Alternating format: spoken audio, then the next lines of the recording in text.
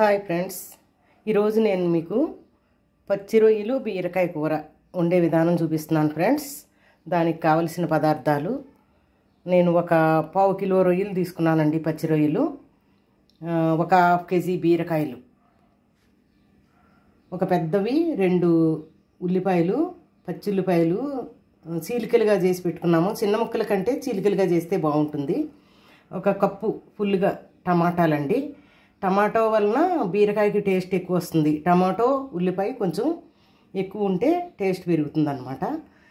రొయ్యలు ఉన్నా లేకపోయినా బీరకాయ కూర వండేటప్పుడు టమాటోస్ అండ్ ఆనియన్ కొంచెం ఎక్కువగా ఉండేలా చూసుకోవాలి ఫ్రెండ్స్.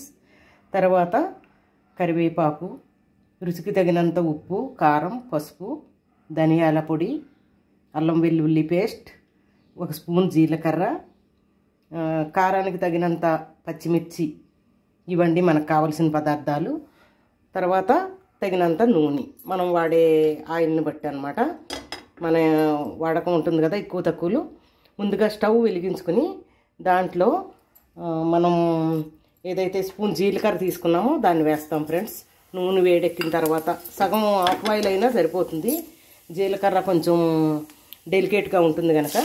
తర్వాత ఒక 2-3 రెబ్బలు కరివేపాకు, మనం సన్నగా తరిగి పెట్టుకున్న పచ్చిమిర్చి చీలికలు, ఇది కూడా చీలికలుగా ఉంటే సరిపోతుంది, వేసి పచ్చిమిర్చి పూర్తిగా వేగక్కర్లేదండి. ఎందుకంటే అల్లం వెల్లుల్లి పేస్ట్లో మళ్ళీ మగ్గుతాయి కనుక ముందుగానే ఇవి బ్రౌనిష్గా వేయించేసామనుకోండి తర్వాత నల్లబడిపోతాయి అన్నమాట. కొంచెం కారంగా గట్టుగా అనిపిస్తుంది. వండుతుంటే దగ్గు వచ్చినట్లు, తింటుంటే గొంతులో మండినట్లు అనిపిస్తుంది అన్నమాట. దాంట్లో మనం ముందుగా పెట్టుకున్న ఒక 1.5 స్పూన్ అల్లం వెల్లుల్లి పేస్టు,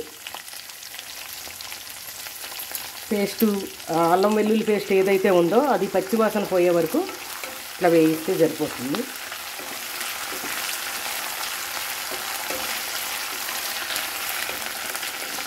కొందరు రొయ్యల కూరలో కూడా కర్రీ మసాలా వేస్తూ ఉంటారండి. నేనైతే వేయను. ఉత్తి జీలకర్ర, అల్లం వెల్లుల్లి పేస్టు, ధనియాల పౌడర్ మాత్రం వేస్తాను.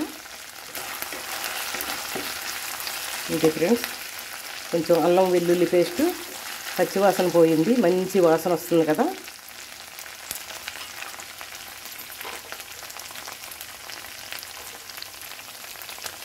దీంట్లోకి మనం చీలికలుగా పెట్టుకున్న 2 పెద్ద ఉల్లిపాయల ముక్కలు,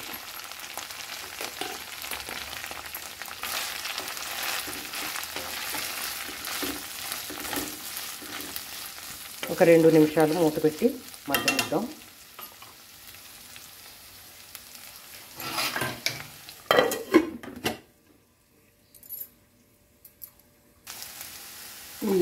చక్కగా బ్రౌన్ కలర్లో వచ్చాయి కదండి ఆనియన్. ఇప్పుడు దీంట్లో ఏవైతే బీరకాయ ముక్కలు తరిగి పెట్టుకున్నామో బీరకాయ ముక్కల్ని దీంట్లో యాడ్ చేస్తామన్నమాట. మళ్ళీ బీరకాయ ముక్కలను కూడా ఒక 5 నిమిషాల పాటు మగ్గనిద్దాం.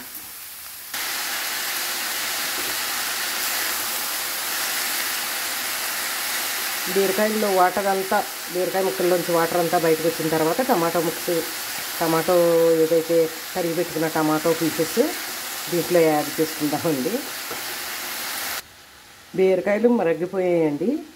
ఇప్పుడు వీటిలో రొయ్యలు యాడ్ చేసుకుందాం. రొయ్యలు వేడి నీళ్ళలో డిప్ చేసి తీసుకుంటే ముందుగా టమాటాలు కొంచెం పచ్చిగా ఉంటాయి కనుక టమాటాలు ముందుగా వేసుకోవచ్చండి. ఆ పైన టమాటాలు మగ్గిన తర్వాత రొయ్యలు వేస్తాము. ఇప్పుడు వాటర్లోనే వీటిని క్లీన్ చేసాము, వేడి నీళ్ళలో కడగలేదు కనుక కొంచెం రొయ్యల్లో ఉన్న వాటర్ కూడా పోయి అవి ఫ్రై అయిన తర్వాత దీంట్లో టమాటోస్ యాడ్ చేద్దామండి. టమాటో ముక్కలు మళ్ళీ మూత పెడదాము. ఒక 5 నిమిషాలు మగ్గనిద్దాం.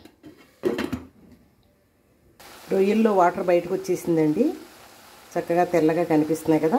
దీంట్లో ఇప్పుడు టమాటోస్, ఉప్పు, కారం అన్నీ కూడా యాడ్ చేసుకోవచ్చు అన్నమాట. టమాటో ముక్కలు వేసేసానండి. దానిపైన ధనియాల పౌడరు, మన తినే కారాన్ని బట్టండి. కొంచెం బీరకాయ కూర తీయగా ఉంటుందని కొందరు కారం ఎక్కువగా వేస్తారు. మేము మీడియంగానే వేసుకుంటామండి. ఎక్కువ కారం ఉప్పు తినమన్నమాట. అందువల్ల నేను కొంచెం అయితే తక్కువే వేస్తున్నాను. పసుపు పసుపు కూడా ముందుగానే వేస్తే కొంచెం చేదు వస్తుందండి. జనరల్గా పసుపు వేగాలన్నట్లుగా ఉల్లిపాయలు వేసేటప్పుడే వేస్తారు. అది పొరపాటున చేసేటప్పుడు జాగ్రత్త తీసుకోకపోతే పసుపు కొంచెం చేదు టేస్ట్ని ఇస్తుంది అనమాట. కొద్దిసేపు మగ్గనిచ్చి కొద్దిగా దీంట్లో వాటర్ యాడ్ చేసుకుందాం. ముందు టమాటాల్లో ఉన్న వాటర్ బయటికి రానిద్దాం. ఇప్పుడు సాల్ట్ కూడా యాడ్ చేసేస్తున్నాను.